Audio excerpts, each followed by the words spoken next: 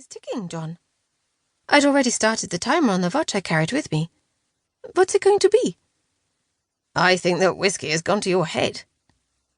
I pointed the gun at him. John put his hands up as if I were a police officer, about to arrest him. Most of them do this.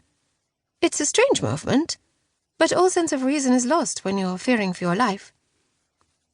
You can't be serious. Deadly. Let's just freeze this frame, right here. It astounds me that, when you give people a proposition regarding their survival, they don't use the 60 seconds they have left wisely. They don't listen. Instead, they allow their emotions to override their ability to problem solve. Such was the situation with John. So it was a disappointing end to everything. But life is about change, and everything must evolve, eventually. When I returned upstairs, the young boy was gone. His instinct to survive had kicked in, and he'd fled. I searched the property, including the grounds, and eventually found him hiding in one of the barns behind a silo. I can sense a presence, and children, especially when they are fearful, don't have the ability to stay completely still. I could hear his heart beating like a skittish hare's, and when I caught him, he screamed like a young rabbit. I led him back towards the house. The boy had seen me. He was a witness. I had no choice. Chapter 1. Now.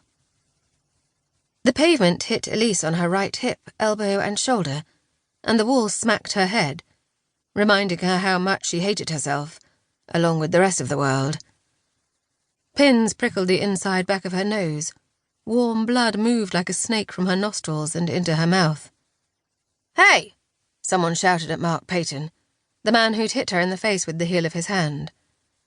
Having been snatched so sharply from Elise's arms, Lewis was now in the full throes of a scream. A few people shouted for someone to call an ambulance. The police. Was anyone a doctor? Mark ignored the crowd gathering and walked back into the shop where Elise had removed Lewis from his pram. He emerged a moment later with the pushchair, angrily manoeuvring it one-handed, like it was an awkward supermarket trolley. Lewis was still screaming. The sound gave Elise goosebumps across her arms and neck. She tried to stand up, but was firmly held down by a well-meaning bystander. "You're a crazy bitch," Mark shouted at Elise, violently shrugging off the man trying to restrain him. "Get some fucking help and leave us alone." Elise pulled herself up to a sitting position. Leaning against the wall of the shop, she watched Mark shove his way through the people who had gathered at a distance. No one stopped him, and all she could manage to whisper was, "He has my son." But no one could understand what she was saying.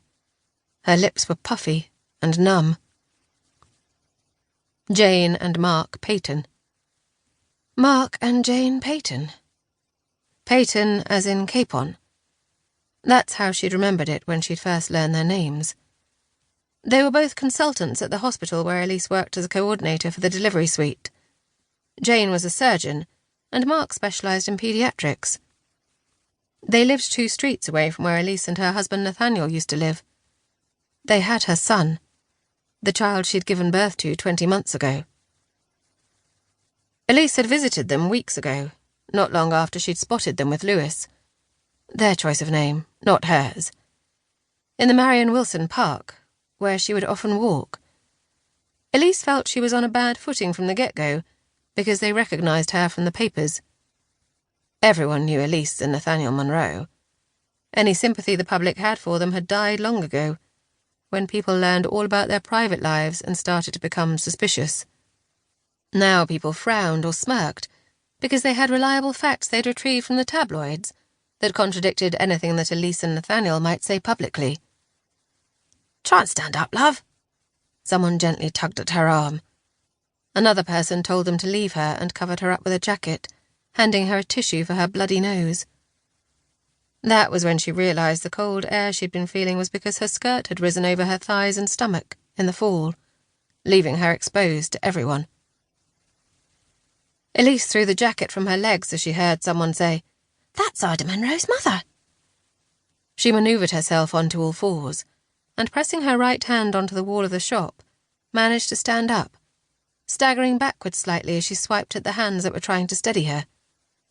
The helpers wanting to help.